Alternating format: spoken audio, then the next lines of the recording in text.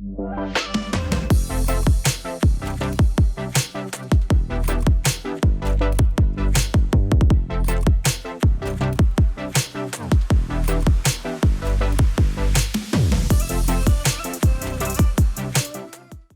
you've just joined us, you're still on a Branch Breeze with myself, Unosipo, and Miss Vero V. Yeah, man, what a way to start another session of a Branch Breeze, you know. Anyway, welcome to another session of Branch Breeze. Of course, we know that this is the second hour of which both of us we really love. Because, yeah, man, because it's not all about talking, it's about learning something when it comes to business. Because like I promised you, could say, okay, but then unfortunately, anyway. Welcome. Thank you. And I'm not alone today. I'm with Hector, Mr. Exclusified, a progressive entrepreneur. So we're gonna dive into. Wait, before we do, right? I really need to understand when you say progressive entrepreneur, like. What are we exactly talking about? Yeah, no, I think introduce yourself, Mr. Hector, and then take us into what that is. Definitely. So hi guys. My name is Hector Exclusified, as Senator said. I guess I'm a progressive entrepreneur. I think progressive basically for me touches on future-proof type of approach to business or entrepreneurship. Yeah. So something that's future-proof is basically how you start your business, how you progress and grow your approach. I think the sustainability element is very important. And then I think the key words would be progressive entrepreneurship is somebody who thinks people and planet first before profit. So not necessarily extracting and exploiting, but being aligned in a healthy manner in your approach to business. It sounds like one of those eco-sustainable developments things. Yes. Okay. You know, touches on those blocks as well. You know,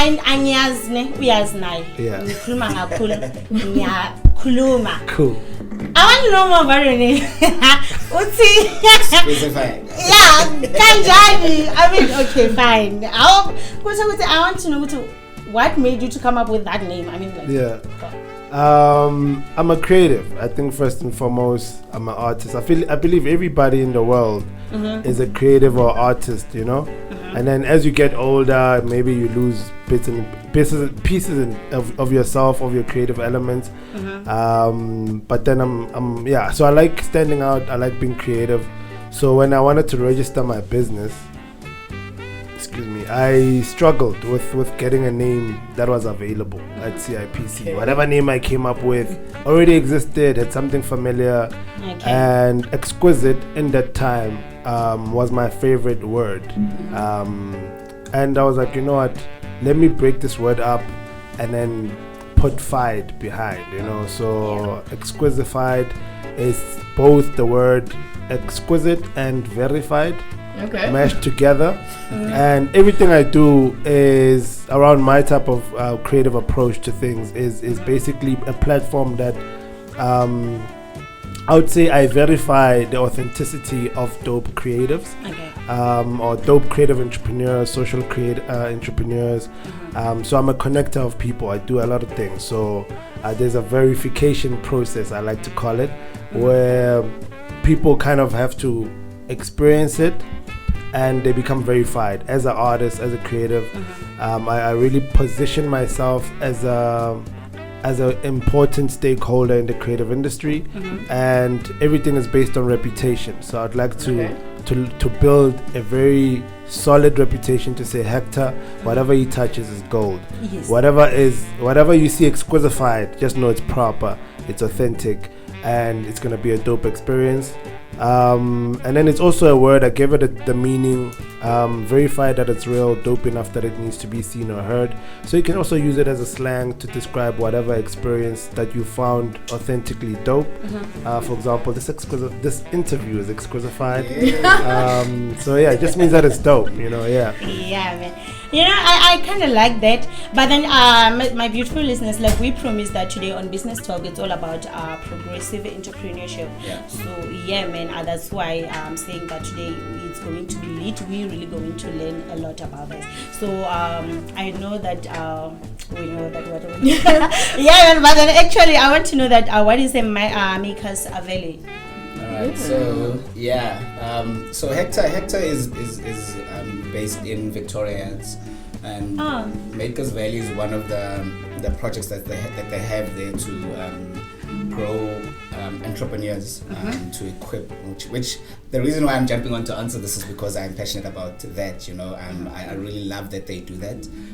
But yeah, you can take us more into that. But with the interview that we had one of the guys who came from Makers Valley. He started a car wash, a waterless car wash, which we dived into that and progressive spoke about it. Okay, wait. What is the waterless car wash? Because wash is in the name that it requires water. I had the same question before the interview, but let's hear from Hector how that all came about. I'll start with explaining Makers Valley. So we are in the east side of the community of the CBD, the outskirts of the CBD.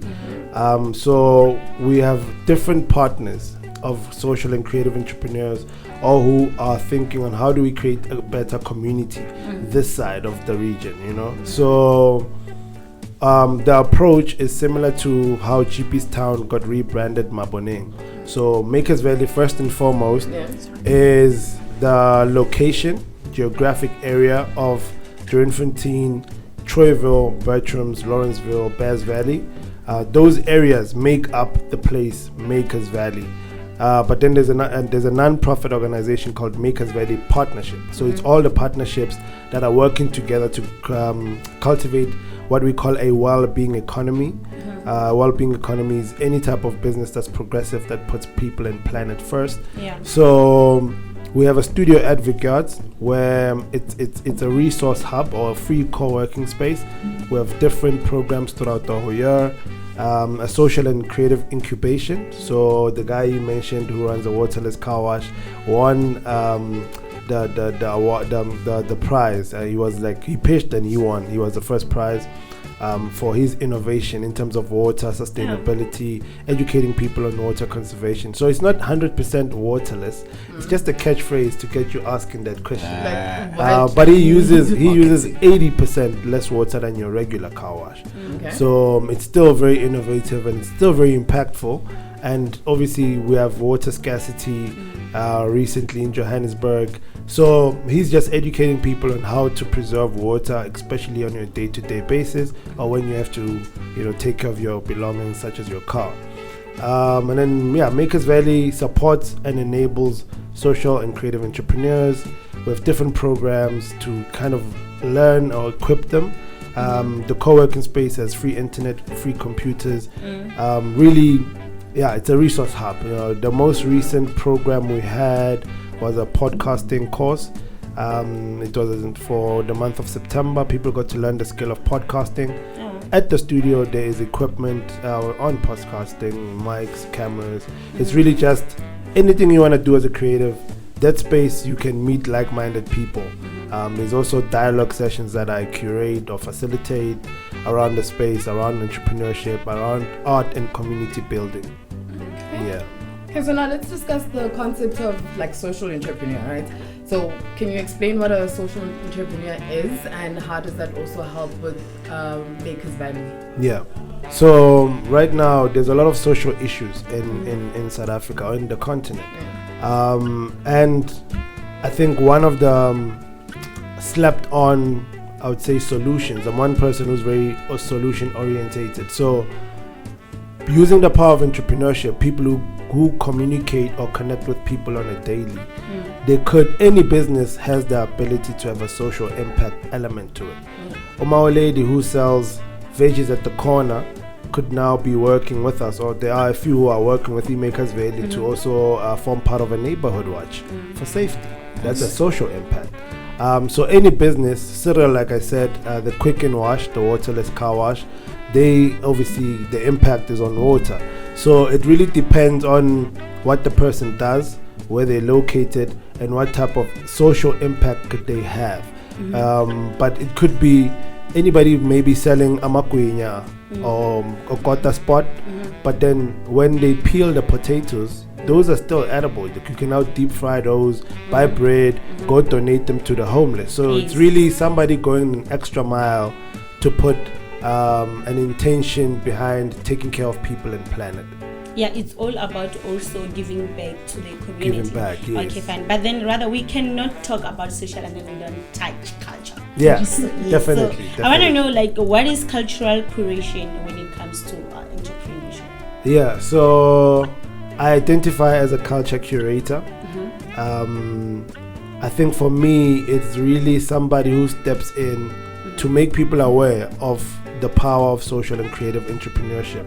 We have a high unemployment rate, but we have so much talented people in each house in South Africa. Almost every third house in South Africa has a dancer or a singer or somebody who has creative abilities, painting or whatever. So, but then we have also one of the highest unemployment rate. So as a curator, or culture curator rather, I create platforms that empower, that equip creatives to start their own businesses, that really give them that self-belief to say, actually, man, I can paint and I can sell this thing for 5,000 Rand and make a living. So as a culture curator, I introduce people to new experiences that they wouldn't necessarily be aware of. So I create different experiences to connect people, to heal. I believe art is a form of healing. So my intention is really on that: access to information, spaces, opportunities, healing. As a culture curator, I just facilitate different programs that just support that human connection. So to name a few of the stuff that I do as a culture curator is I host events. So I have a platform called World of Words. World of Words, Wow Poetry 24/7 on Instagram. It's a music and poetry session I host every last Sunday. The next one is on the 26th of November. And then I also do tours. I do tours of the creative industry, or how cultural hubs support and create employment for different creatives. So I do tours of Constitution Hill. So FYI, if you didn't know, Con Hill is not just an old prison museum. They've added a creative layer to it, and it has become a creative hub. So they've built state-of-the-art recording studios. I'm not sure if I should mention who built the studios, but yeah, the Name studios. So Nando's has built or funded the studios, the recording studios for musicians. Nando's worldwide headquarters is in this community of Makers Valley in Bertrams. They could have been anywhere in the world, but they're here. So I do tours of Con Hill to just showcase the different pillars of creative culture at that space. They've also started they have a studio or a building where they create affordable studios for creatives to work in. And then I also do tours of Victoria Yards, which is a walking distance from where we are. It's also artists and artisan studios. There's a whole lot of making that happens there. People who make furniture. Tepo the Jean Maker is there. Manto from Ahoof is there. There's a lot. Wait, to cut you short, Mina, I love things which are like Crafted. No, not crafted. Do they also make some? Some wine yana. Yeah. There's a gin distillery. They make the gin right there. Gin. Exactly. Wait, at Con Hill? No, at Victoria Yards. Oh, okay. So this is an First Sunday. The gin has attracted Exactly. No, but So every first Sunday there's a market at Victoria Yards. Okay. So you should pull up for that. Isn't it the very same place that we had a tour? Oh, okay. Yeah. Yes. No, but I also want to know, like, regarding Nando's, right? Because they Yeah. make the greatest ads. They make chicken licken, and Yes. also they how can I put this? They copyright whoever copyrights for them Yes. the wine. Yeah. So do they also pick from the hub, like the creatives that are around the hub? Yeah. So they have different initiatives. I think something that a lot of people don't know. Nando's funds a lot of stuff in the creative industry. Okay. So now you're only finding out about the recording studios. Yeah. They also have a radio station. They also have they fund some of the biggest festivals in South Africa. They have relationships with visual art curators to host residency programs for visual artists. So each Nando's you go to has different art pieces on their walls. And Nando's has the biggest collection of South African art. The biggest. They own a lot of art pieces from local artists, and they pay them for those works. They commission them. So they really are walking the talk of support creatives by spending your money, you know, and they're doing that. I actually have a question, because I want to go back to the social entrepreneurship part. I love the idea of having entrepreneurs feedback and making an impact in the communities. They're not just there to take money from them, but they're making some sort of impact. Are there other communities that you guys are targeting outside of this community? You know, because you guys have modeled this thing, it's functioning in this community, but are you targeting any other communities? I think from the whole intention, because I grew up in this community, was to focus on this community. But the word has gotten out. We've had different people from other communities as far as Val, Kagiso, Soweto saying, yo, we love what you guys are doing. Can you come help us this side, you know? So we are now, I wouldn't say we are now focusing there, but we are partnering with people or change makers in those communities to kind of give them the step-by-step of how we approached it and where we could support them, but they must lead it because it's their community. Do you also then, like, for instance, just go back and just check if they're actually doing it somewhat the way you would want to, or they're making it better? Well, I think it's important for them to own it. Like, we're just there to support. And then to name a few, at Maponya Mall, there's a collaboration there where we're involved in how to shape a resource hub similar to what we're doing as Makers Valley. This side doesn't have the same name, but it's at Maponya Mall. And then we're also talking to the guys at Southgate Mall to also prototype a co-working space that's functional, that's thinking of creative people and, you know, access to information and spaces. Okay. So, just to go back, so now can you please share some insights on the day-to-day business management challenges like faced by social entrepreneurs? I think it really varies, you know, into what you do exactly. But I think finding people who understand your business concept or unique selling proposition, because I know, for example, the guy who runs the waterless car wash, a lot of people are like, you don't have a pressure spray. Is this thing reliable? And then the prices that you also sell your product as, because you're so ahead of your time, you find people who I don't want to use the word ignorant, but maybe not open-minded or whatever, who are skeptical in engaging in the type of business that you are, specifically the car wash, I know. And then with people who are into sustainable fashion, because that's also another pillar. I also do tours of thrift experiences, so I take people to Donoza headquarters in town. So there's a lot of people I know who are into sustainable fashion. They buy clothes from Donoza, they customize them, they upcycle them. But obviously, because it's a one-of-one piece, you are the only one who owns this piece. It's not necessarily something that's, I don't want to use that it's expensive. It's valued at that price. But you find people exactly. But you find people who are like, maram piti lentona it's hanging 50 rand, and now you're selling it for 600. Forgetting that there was material, you know, and labor, the creativity. I just think a person who says that is already not your customer. Exactly. So I think it progressive entrepreneurship, or this concept of sustainable or social and creative businesses, is ahead of its time. It's sort of a niche, and for now, majority of people don't get it. Okay, I'm sorry, just kids now worry me, like kids, because I keep thinking about this one with the waterless car wash, right? Does he not use more chemicals then if he saves up on water? Because that's what all I keep thinking about. So he is currently connected to people who are helping him prototype his own non-chemical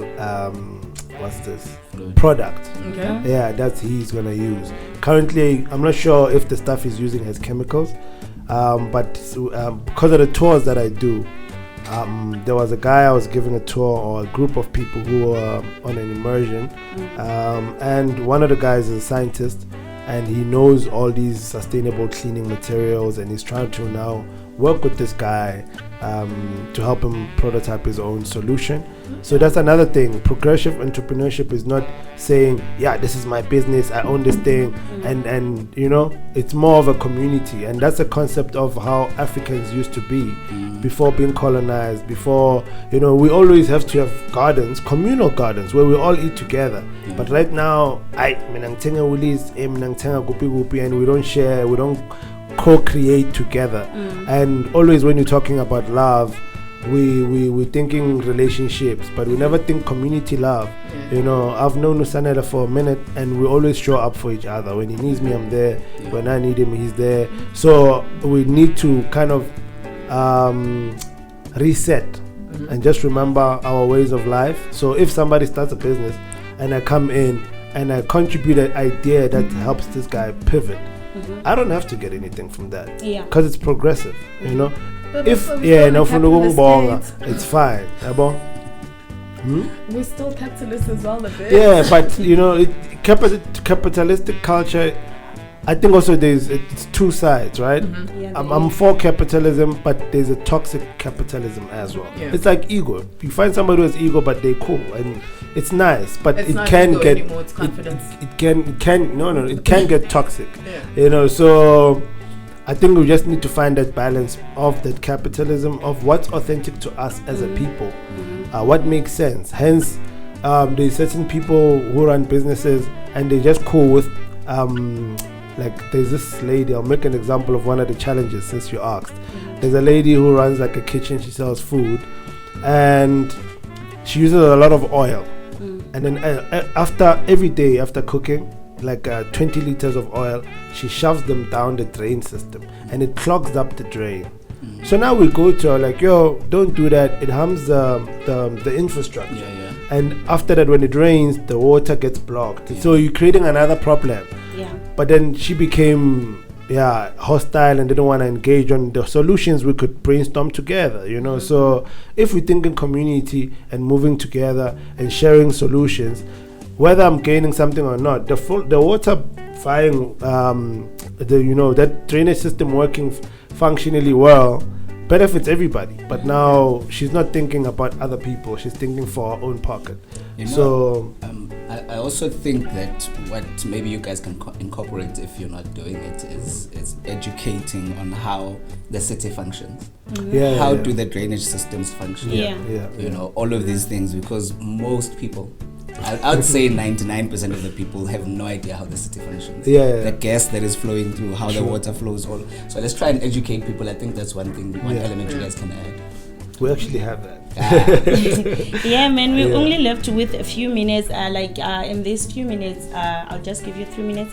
Can you please explain to us the concept behind Victoria Yards? So the concept of Victoria Yards is basically a private business. So Victoria Yards is a business for profit.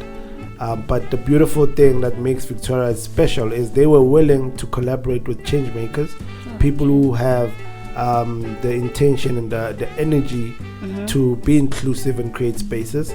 So to just give you an idea of what Victoria is artists and artisan studios, as I said, and then they offer affordable studios for creatives to work in, and then it has an element of urban farming, so you find veggies around the space. It used to be an industrial farm, which was started in the 1930s or built in the 1930s. Also, if you don't know, there's a river running through the community called the Yeske River, excuse me.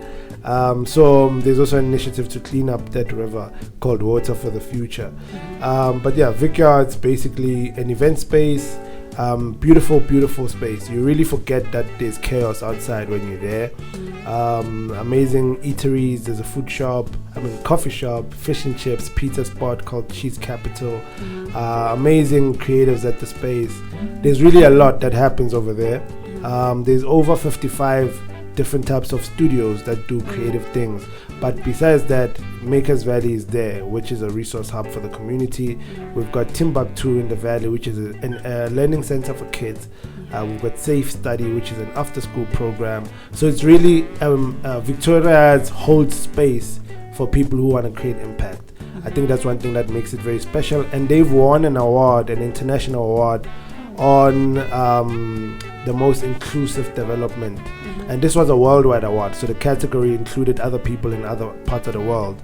But Victoria has won that award because of the collaboration they have with Makers Valley Partnership, where the community of Bertrams has access to the space, and they have a space to go work from, get access to education and some skills. So yeah, that's Vic Arts. Okay. And then wait, is there a fee though for your, like the incubators that come there? In Makers Valley, no. Yeah. It's everything is free. Okay. And also Victoria's is free. They don't charge any entry fee. Unless somebody booked for an event, they'll charge for an event.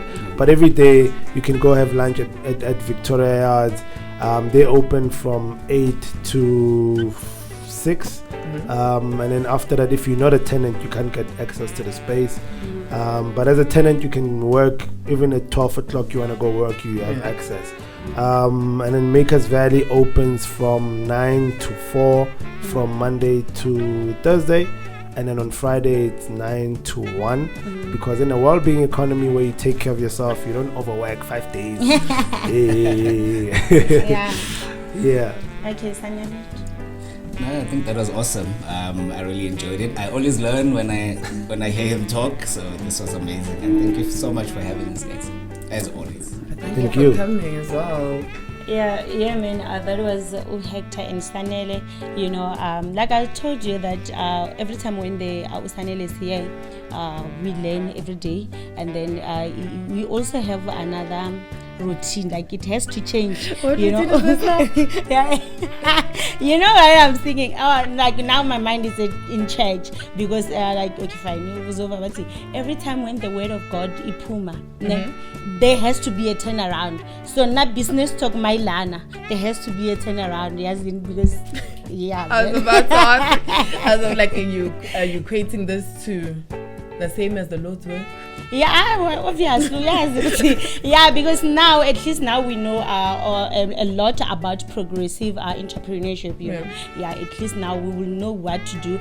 But then if you want to know more about this, you can just go to your social media and then just type Business Talk SA, and then you'll get whatever that you want to know. Yeah, just to wrap it up, from a global perspective on education to progressive entrepreneurship. Thank you. But it's been a really great show. And yeah, for myself, I've had fun. See you guys tomorrow on Branch Breeze. Anyway, uvaka nemukororo wazindaweni nemukororo wanenge pana vazibana zvorinda wange ndakaniro bizophi akhosi ngachipara bizophi king of the jungle ndandikhondikhulwa ngamanda. We really had a wonderful show. Don't miss tomorrow's show because we know that tomorrow is Gospel Wednesday and we're gonna be here. We're gonna be feeding our spiritual beings. Ndandikhondikhulwa nemukororo ndibafuna zvona ngalufuna LOVE. Bye.